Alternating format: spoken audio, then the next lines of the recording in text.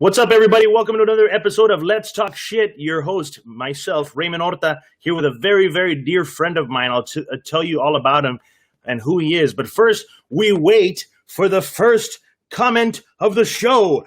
You get the first comment and you get the first shout out if you're the first comment. So let me see the comments roll in right now. As we wait for the audience to build, we wait for the first comment. Who's going to get the shout out? No one knows. No one knows. They're loading up. Right now, the audience is loading up. And we're waiting for the first comment. It could be you. It could be you. Oh. They're coming in. They're coming in.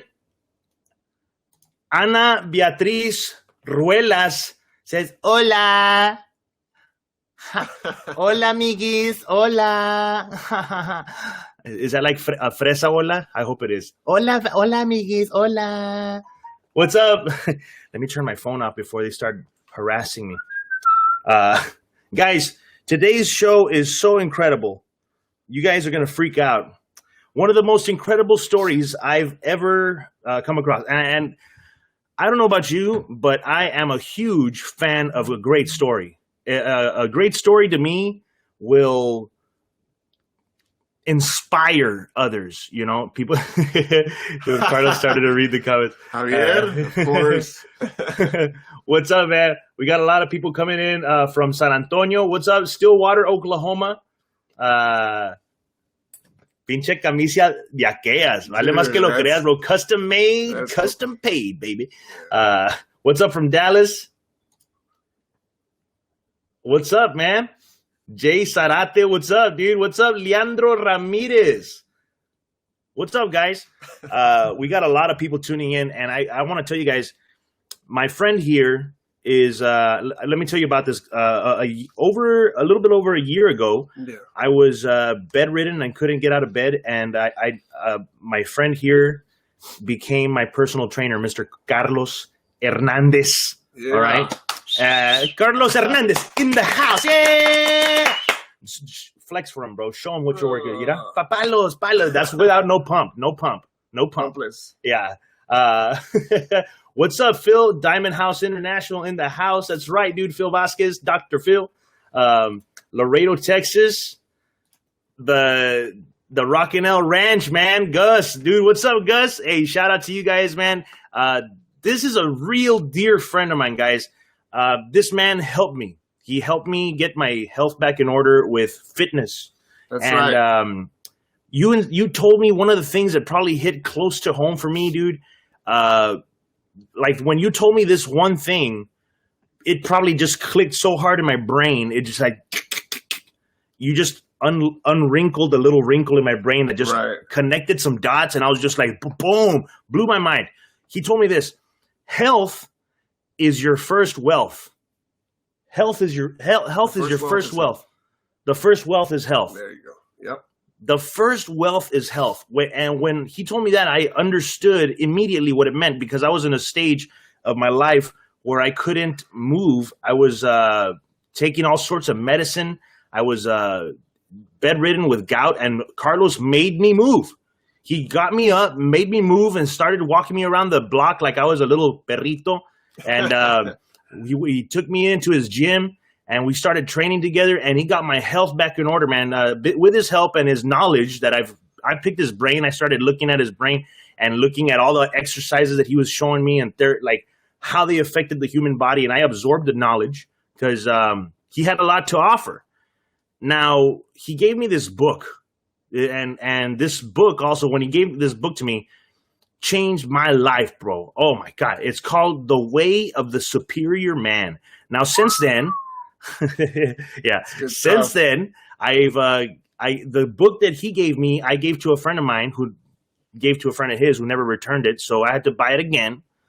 I gave that other copy to another friend of mine. He never returned it. So I had to buy it again. And that copy was taken by a friend of mine, and I'm probably going to have to buy it again. So I bought that book a lot. The Way of the Superior Man probably blew my mind more than anything that you could probably go out there, man.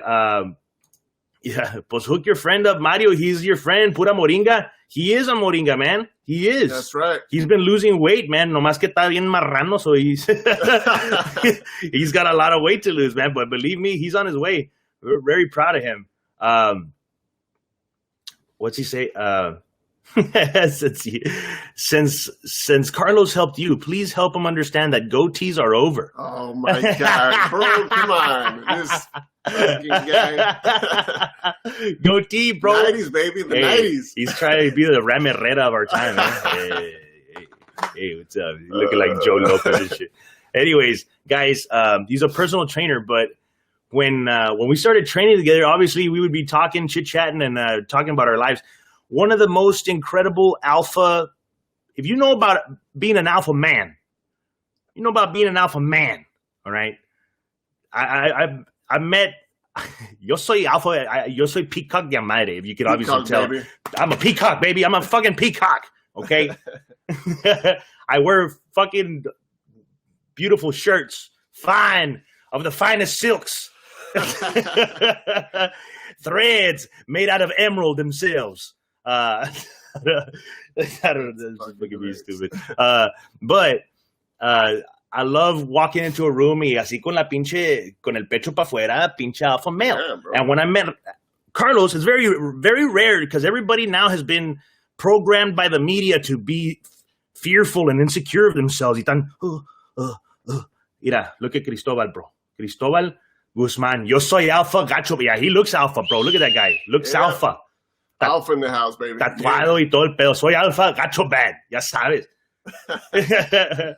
If you're alpha, I want to see who's alpha. I'll give you a shout out. If you're alpha, let me see you. If you're alpha. Ponle, yo soy alfa, ¿qué onda?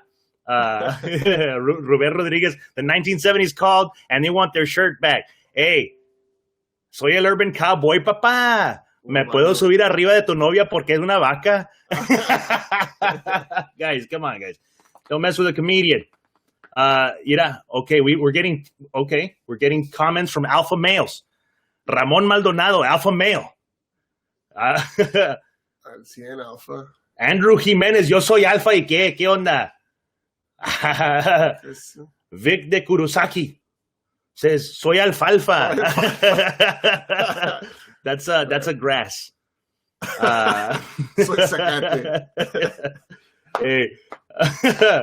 Yo soy macho. Chris Rocha dice, yo soy macho. ¿Qué onda? That's right. So when Carlos and I met, bro, we hit it off con madre because it's very rare that you meet another alpha male, ¿verdad? And alpha females in the house. Mira, Delilah Rose, alpha female. Mira.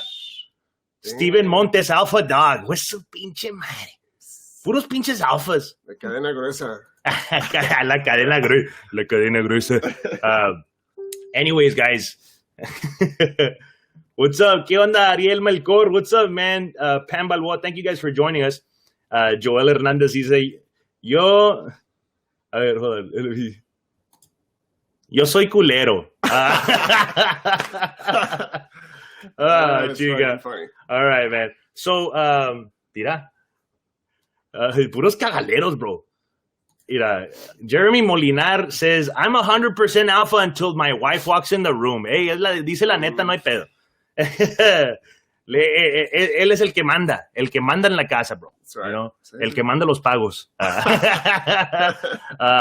Anyways, guys, let me tell you this. Once Carlos started training me, it was a real big, a man helping another man, bro. Yeah, in a moment of need, man, because I needed it. When he started getting me going, I started feeling my health getting back in order. I felt like a millionaire. I felt like a millionaire because I got my life back. When you get your health back, it makes, especially when you, like, some people take it for granted. Some people take walking for granted. Yeah. They take walking for granted, bro. Absolutely. They even standing out of a chair without assistance, they take that for granted. Yep.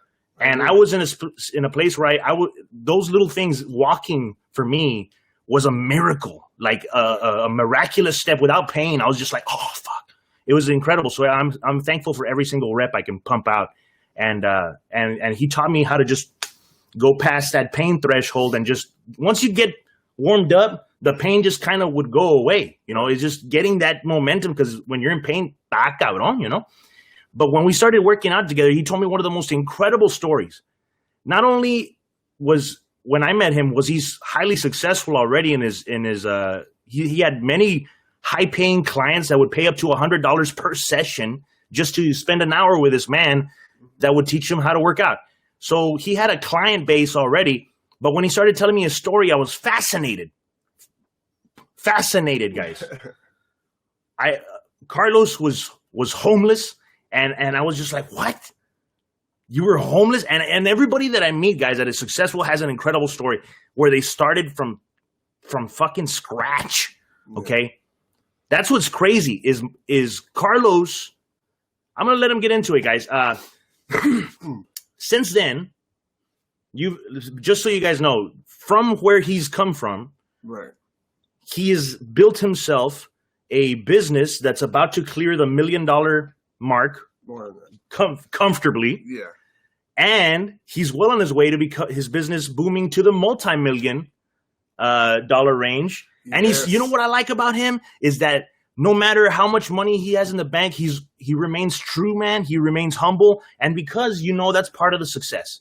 He's an incredible person, man. A person I'm proud to call my dear friend. Mr. Carlos Hernandez has an incredible life story that'll probably. I hope that there's some people out there that are watching this and can learn something and maybe be inspired to change or better their lives.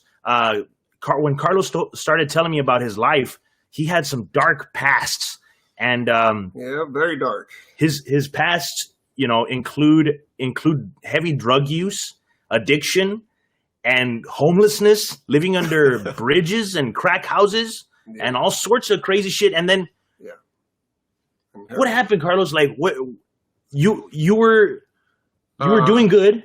Yeah, let's see, I was about, let's say, 28, 29 years old. And prior to that moment, I had always been drug-free. I looked at drugs. People that did drugs to me was just it wasn't the right thing to do, Red Ribbon Week. Yeah, it was real nice. I was just that guy.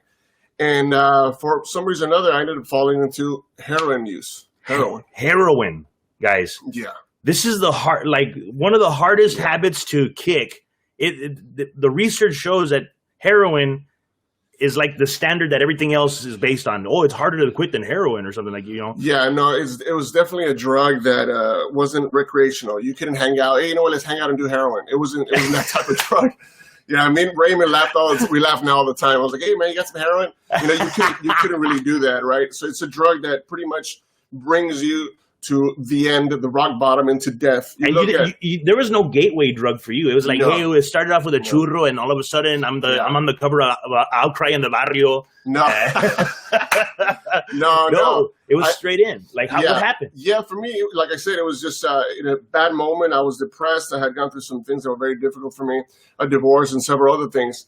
And in that moment of darkness, of depression and sadness, I get introduced to this particular drug.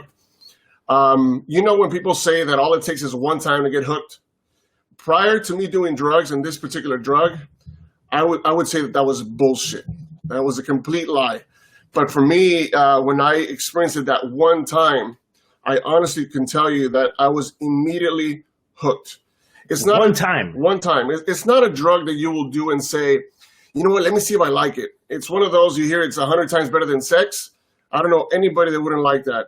So, and by any means, I'm not encouraging anybody to do it, but it was, for me at that moment, I was just weak and vulnerable, and I became immediately addicted to it. What happened? You're 29 years old. Yeah. You got hooked into, what happened? How'd you get introduced into this? Well, I mean, there was a person that I knew for many, many years that I trusted very dearly. And, I take total responsibility. I did it. I made the choice to do it, but I was in a vulnerable state and you know what? In that moment when I did do it, I wasn't fully aware of what kind of drug I was doing till later. I just knew that I liked it. It was really good. For the first year of me doing heroin, this person would support my habit. It was free, and the first 3 months of doing this particular drug, it felt good. After the third month, it was literally like I couldn't do anything. I couldn't function unless I was doing this drug. Yeah, it was so painful. After a year of me being hooked, then at that point, I kind of went on my own. At this point, I was trying to hold my job. What were you doing? I was training clients. At that time, I was training clients, and little by little, I started losing clientele. Little by little, started losing clientele. And it got to the point where it was obvious I had a problem. My mom got me into a rehabilitation center in Guadalajara, Jijic, and it failed. It was a 30-day plan program. It failed. I came back, fell back into it. Every year I found myself in a rehabilitation center, but every year it would fail. There was a point when I Googled, I put like, what are the odds of me leaving heroin? You know, because Google's pretty factual, right? It gave me a fact that I was screwed. That the odds of me leaving that particular drug, it was just not going to happen. I remember that at that point, I was extremely, extremely scared because at this point, my mom, you know, pretty much everybody kind of abandoned me because I got to a point, except for my sister, because my sister's probably watching. She's probably thinking, I didn't abandon you. My sister was the only one that kind of held on to me. And I think that one of the reasons why I'm alive today, she was there for me. But it got to a point where they all let me go because I was just in my own thing. And I remember sleeping under a bridge for 2 weeks. You like your family, they knew that they could not help you anymore. Right. I didn't want to be helped. There's a time where a person has to look at another person and say, this person is not going to help. I cannot help them until they're willing to help themselves. Exactly. And your family just let you have your own process. Right. Exactly. I kind of have to go through that pain period. So you ended up under a bridge? I was under a bridge for 2 weeks, and I remember I'd walk to this heroin house, and I'd go there, take the drug, and pretty much just spend the day walking around and just killing time. And the same thing for 2 weeks. And then I would sleep in crack houses for months at a time. You know, there wasn't, when me doing all this, guys, you know, I look back now, and it's just incredible to me, the fact that I can come out of that. Something so difficult and so dark, it just shows me that I feel like my purpose in life is now to tell people that no matter what position you might be in, no matter how dark things may seem, there's always a light. There's always a crack. And those are the things that you have to focus on. I think when I climbed out of that hole, they said there was like 1 out of 100, right? So then I said, well, then I'm that one person, right? Yeah. It was scary, man. At what point did you say that you had hit rock bottom? After doing I did 3 rehabilitation centers. Well, actually 4. I did one in Guadalajara, Cancun, Monterrey, and the last one was Vallarta, which that's the last one that worked. But the moment that I could tell you that I hit rock bottom was when I was coming back from a rehabilitation center weighing about 182 pounds, okay, which is like, I mean, shit, if I had the picture, I would show you guys. I looked disgusting. I'm malnourished. I looked horrible and scary. I was coming back, and I tell this story into the rehabs that I speak at. And I fell to my knees, and I started crying. And I said, God, you've seen me try. Okay, you've seen me go to 4 different rehabilitationers that have failed. I was like, I can't do this anymore. I need your help. It was a moment like that where I kind of just said, I surrender. I don't want to die. I have 2 kids. I have a family. I don't want to die and them say my dad was a drug addict. I didn't want to be that person. So in that moment, this is funny and it sounds like a movie.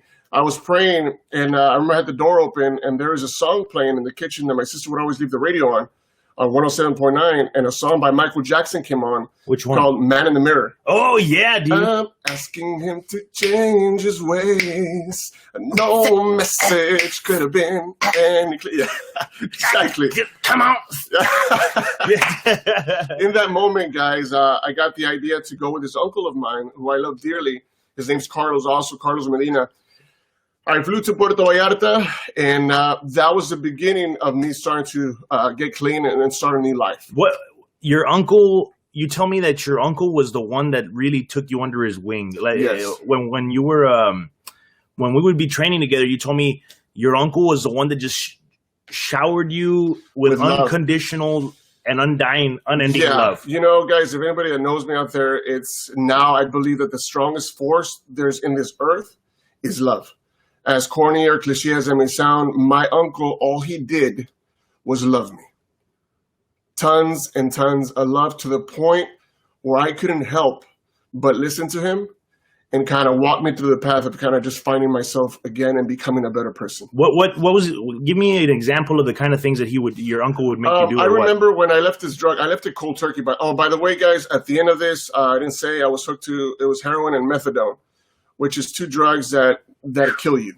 Like if anybody knows about that, you know that it's some serious shit. I left it from one day to the next, so I was in physical pain for 42 days. Okay, 42 days. Because withdrawing from heroin, there's like huge pain involved from your body needing it and fiending for it. Yes, it's dying for it. I mean, your body is demanding that you get it. And your body goes through like pains in your bones. You sweat, you throw up, you have diarrhea. I was in a fetal position for 42 days, but my uncle, every day, he would force me. He says, son, you got in the mud. You have to get yourself out. He's like, there was a church that was 2 blocks away where, and for me, walking 2 blocks felt like walking 10 miles. I feel you on that one, bro. So, yeah, I'd get up, and he said, let's go, son. Let's go. We'll go back. We'll pray, and we'll come back, and you can stay here, and you'll eat and just get you through these days. So for 42 days, every single day, I walk to a church. I pray. I'd give him my heart every single day and say, help me. I want to leave this drug. There was a part of me, guys, that wanted it. Like, there was like a 50-50, all right? Because it wasn't about the high anymore. It was about the fact that I didn't want to feel sick, okay? I honestly, after those 42 days, on the 43rd day, and I have a diary about this, on the 43rd day I woke up, and for the first time in 3 years, I was able to feel my own strength again. I hadn't felt it because if you think about it, heroin, it's anesthesia. You don't feel I didn't feel any pain in my knees, nothing, because I was doing this drug every day. Okay, so I was literally born again. I mean, from rock bottom, but coming back from that, I felt so, so, so thankful and so happy that I made it. And I had a chance to come back and show my family, show my kids that I wanted them to be proud of me and say, you know what, my dad made it. My uncle made it. My son made it. I wanted to be the kind of the prize. Like, you know what, if he can do it, you can do it also. So those are some of the things that kind of drove me to rebuild my life again, especially for working out, because at that time I hadn't been working out. It was strange. It was a few years of not working out. So coming back from that, I remember the pain that I was going through. Now, coming back, you when we would be training together, coming back wasn't that easy. You couldn't just bounce back in and get all your clients back and everything because you had burned so many bridges. Right. I had burned so many bridges. And you know what? If I would have, and this is a good example for a lot of people out there, that sometimes people will tell you to do something. Listen to your intuition and to your gut, because sometimes everybody told me, Carlos, go to the oil rigs. Nobody's going to hire you as a personal trainer. Everybody knows you were doing drugs. They're not going to let you in their homes. They're not going to trust you. I believed them for the first week or so. And then I pray to God. And for me personally, I'm sure for you too, that whatever you do, it's important that you have a passion or a love for it. Yeah. Okay. So I made a decision. I said, you know what? No, I think anybody that meets me is going to judge me from this day forward, not from my past. All right. Anybody that judges my past is not my friend, and I don't want them around. So that was the energy that I was putting out, and that's how I was able to kind of get that confidence and feel secure for where I was. Now, when Carlos told me this, dude, I had no problem letting him in my house. He was in my house all the time. We would be training together all the time, and I truly appreciate Carlos for helping me get my health back. And when he started not only doing his personal training, he started doing his own business. I was like, what are you doing, man? What are you doing? And when I was starting to train with him, his business was in the beginning stages of it. Yeah. Now you started your business out of the trunk of your car? Yeah, we started out of the trunk of the car. We're selling meals to some clients. I would go to H-E-B. It's a meal prep service. I'm sorry. Let's backtrack. Backtrack. So let's lead into it. How you started this business, because I want people to understand that you were recovering from your addiction, right? And then all of a sudden you meet a special someone. Yeah. Well, this is funny because anybody that knows me might say that, I was a big player and all this shit. all that good stuff. But I got to a point where I'm telling you guys, puro alpha male aquí, papa. I got to a point where I wanted to be a better man, right? So I met, which is now my wife, Francesca Hernandez. I love you. Yeah, dale más que le tires un shout out. Sorry, babe. Sorry. I met her, and it was before that. You put down in your Okay, this is strange, and you're right. I want you to tell it because there's a lot of power in putting pen to paper. Yeah, tons of power. Yeah, these last I want to say 4 years I've been doing this, and it works. And I recommend it. Raymond knows this, and we talk about this all the time. This, as human beings, I feel we have magic. So I wrote down in my little diary, I wrote a letter to my wife. I said how much I loved her, that I was so glad that I had found her, that it had been such a long time that I've been searching for her. It was like a 2-page thing, you know. And after I wrote that, I want to say about a week and a half later, I meet the person that I'm married to now, which is Francesca. Wow. It was strange. It was weird how it happened, but it felt right. You know, when you're doing something and you know you're on the right path, that's kind of how it felt. I told my wife, the girl that I was dating in the very beginning, I told her, I go, babe, I was like, I know that I wasn't doing financially. I wasn't, I wasn't broke, but I was more broke than anything. Nah, dude, you were picking her up in that shitty ass van. Tell them about the shitty ass van, dude. And this is incredible and hilarious. Where I knew that this woman was incredible and also had a vision, apparently, because I had a Windstar. I had a Windstar minivan, 1996. The serial loaded. Tiene power line. Pues su pinche man. I had a Windstar minivan, and I was embarrassed of it, but I remember telling Francesca that we had a very unique opportunity, that we had a chance to build an empire together. Obviously, she bought that plan. I pitched it pretty hard and well, and when we started our life together. Cristóbal dice, a la verga, una 96. Woo! Serial killer edition, the SE. And then so your wife, you start telling her about this opportunity. What did you tell her? Now, granted, I meet her, I fall for her, and she falls for me, and she was kind of skeptical because she had heard that I was into drugs. Overdrive. Get it overdrive, la man, right, papa. Man. Woo! She had a lot of things to battle because a lot of people were telling her not to be with me, that I was the worst possible mistake she could ever make. Yeah, he's still hooked. Yeah, they would say things like that, like, he's probably still on drugs. You don't even know. It's not safe. He's a player, and he's gonna steal your Louis Vuitton purse, girl. Yeah, so she had a lot of. I had to show her with my actions that I was not that person anymore. So it was a battle. Now, fast forward, about a couple of months. Convince her we're in love. She moves into my little apartment. Okay, I had a bed on the floor. I had a TV that was on a chair, and that's it. That's all I had in the apartment. Classy. And I walked in, and I said, but I was like, now, granted, guys, I know this sounds fucking hilarious, but it was such a great feeling because we both felt like we had everything. At that point in time in my life, I felt grateful and thankful for everything I had. The fact that I was walking, breathing, and thinking and not craving a fucking drug. So I felt blessed. Awesome. So I think I was able to project that on her. And she ends up cooking for me, all right? So anybody out there loves a woman that cooks. Oh, yeah, that's right. That's right. So the old saying goes, the way to a man's heart is through his stomach. Exactly. So she started cooking for you. What happened? She starts cooking for me, and I taste her food. And me as a fitness trainer at this point, it's really hard to eat healthy and for the food to taste good. That's a real challenge for anybody out there. I'm sure you can agree. Yeah. One of the first things you run into when you eat healthy is you get bored. So my wife was cooking. My girlfriend at the time was cooking for me, and I was like, the food was so damn good. So I said, you know what? What kind of food was she making you that impressed you? It was all gluten-free, but she was making things like, I had never eaten, me personally, eggplant lasagna. Like, eggplant lasagna sounds kind of weird. I was I don't know, babe. Like, and she's like, trust me, it feels like it's carbs, but it's not. And I was like, maybe for you, because you're like super duper freaking healthy. I'm healthy, but that's like another level. But I said, all right, make it. So I would taste it. It was fucking delicious. It was just plate after plate after plate after plate. I mean, I told myself, you know what? I feel that people need to be eating this food because it's so damn good. And I feel like it'd be an awesome service to provide. So you started selling. Now, you got to explain to the people why she was making gluten-free food.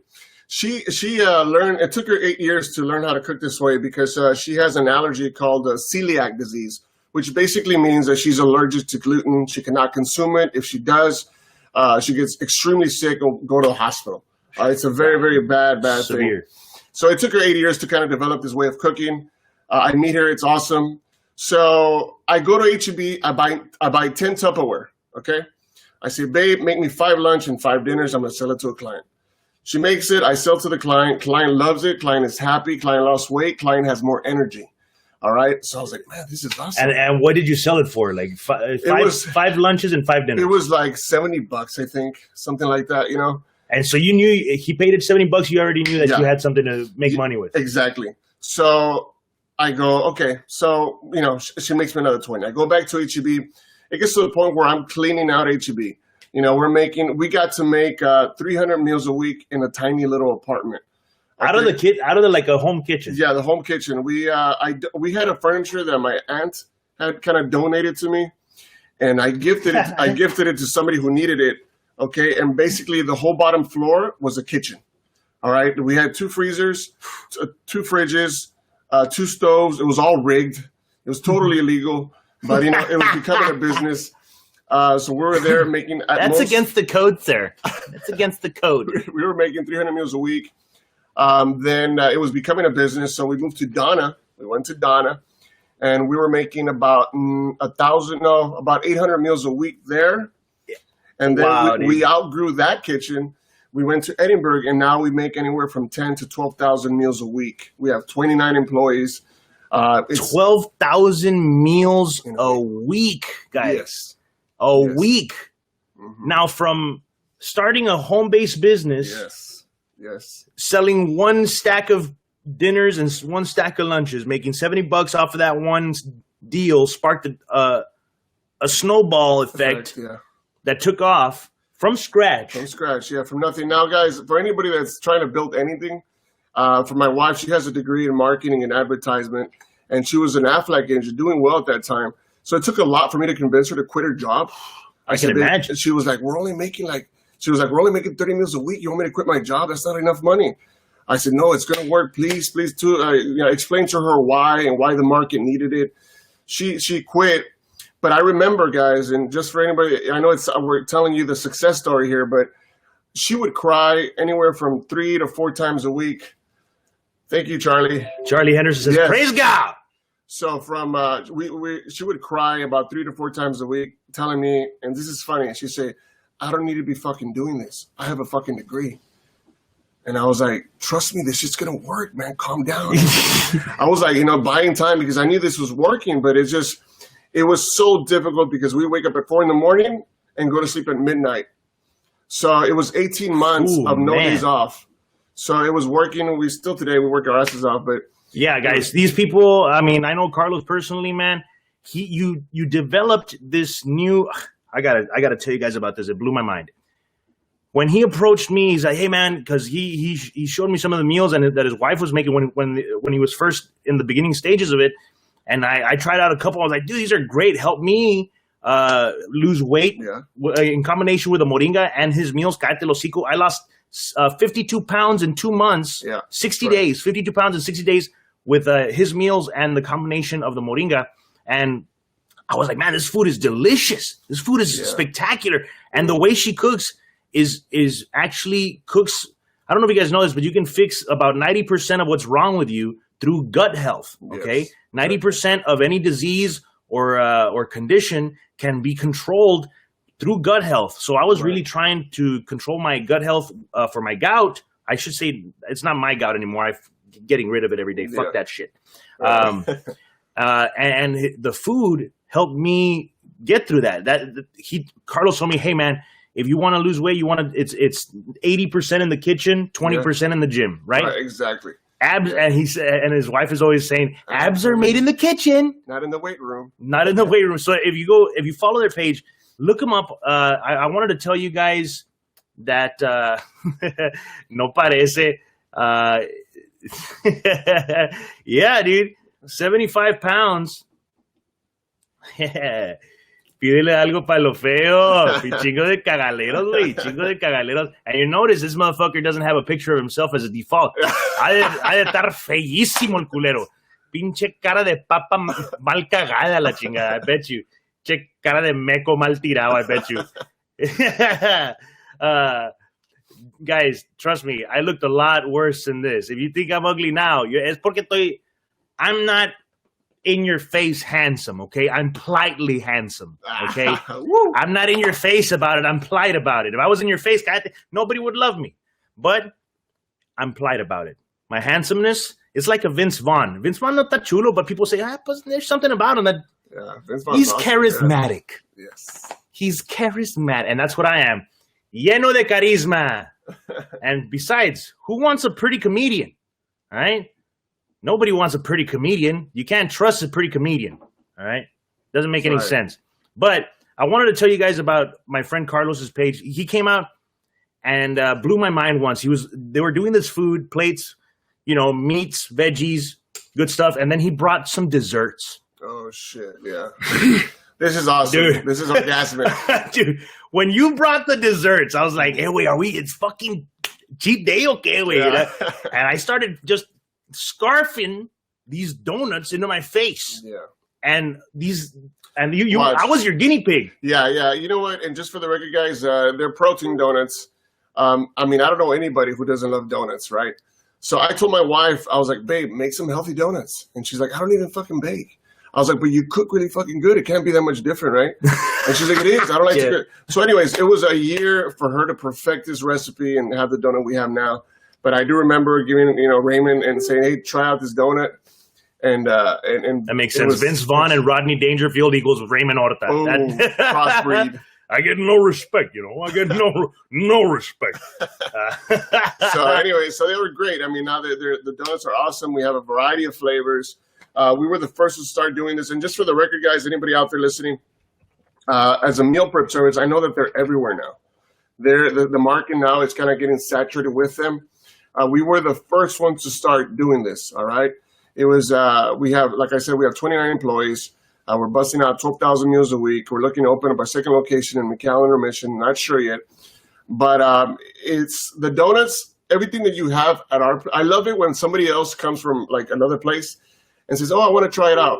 I love that because when they have our meals and our donuts, they're like, the donuts are the game changer, bro. Yeah. He's got some ridiculous donuts, dude. He brought me una pinche strawberry cheesecake donut. And I'm like, I bit into this and I was like, I'm like, dude, this is way too, my dad just came in. This is way too delicious. I'm like, dude, this is really fattening, dude. What the hell? He's like, no, bro, it's a protein donut. Go ahead and eat it up. And I was like, this is healthy for me. He's like, yeah. And I remember the words, the exact words that came out of my mouth, guys. I remember, this is healthy for me. And he's like, yeah. And I go, you shut your whore mouth. And that's exactly what I said. And I couldn't believe that they were healthy. They're so good. He's got a Cinnabon donut. Yeah. Oh, tres leches cake. Cinnabon. We have the Cinnabon is very popular because even diabetics can eat it. It's 70 calories per donut. It's 1.5 grams of sugar. It's gluten free. It's awesome. You guys have to try it out when you get a chance. Dude, do you have a website that I could put up? You could put it's www.rgv.fit. RGB.fit. You can obviously check us out on Facebook, Beauty and Beast Cuisine. Beauty and Beast Cuisine, guys, on Facebook. Beauty and Beast Cuisine. Very dear friend, man. I just wanted to share his story. I told Carlos, man, hey, do you mind sharing your story, bro? I want my fans to be inspired, the show is called Let's Talk Shit because we do talk shit. I mean, people do talk shit. They call me ojo de sapo and all that shit, and even if I don't agree with your comments, that's what makes this show so good. I may feature your comment on the show and we'll talk shit about it. But I know that this show is predominantly to be funny and goof off and cagar el palo, but I wanted to share an inspiring story with you guys because I want anybody out there that might be going through something like this might benefit and be inspired to better their lives and change it around with this story, man. So exactly. That's why I called Carlos over here. He since then, not only is he doing Beauty and Beast Cuisine, but he is also a motivational speaker at rehab houses. Yeah, yes. At rehabs and what are they? Most importantly, guys, I wanted to tell this story, not so much to plug in my business. Obviously, it's doing good and the service is great. But the primary reason why I wanted to do this, because it's really the first time that I share my story like this. Yeah. A lot of people, it's a big deal. Like I had to call you and be like, hey, dude, are you okay with like sharing that kind of stuff? And he's like, fuck it, let's do it, bro. I want to inspire people, dude. And I was like, fuck yeah, dude, let's do it. And so that's the main goal, guys. That just you hear this story, and because I see it all the time. A lot of people feel they're in a position you feel you can't change it, and no matter how the times may feel very, very dark, or there's like no exit, no way to figure it out, you can. All right, and I'm living proof that that I'm a miracle, and I was willing to make that change. So you have to be willing. A lot of people say, God willing, and I'll change. But the question to ask is, are you willing? Yeah. Because God wants you to change. Mucha gente dice, si Dios quiere, and I'm like, Dios sí quiere, quieres tú. Yeah, and that was one thing when we started training. By the way, Albert Aguilar says, my good friend Carlos, what's up, Raymond and Carlos? What's de up, tu Albert? camarada Albert Aguilar de San Juan. Puro pinche Cowboys, papá. Ya sabes.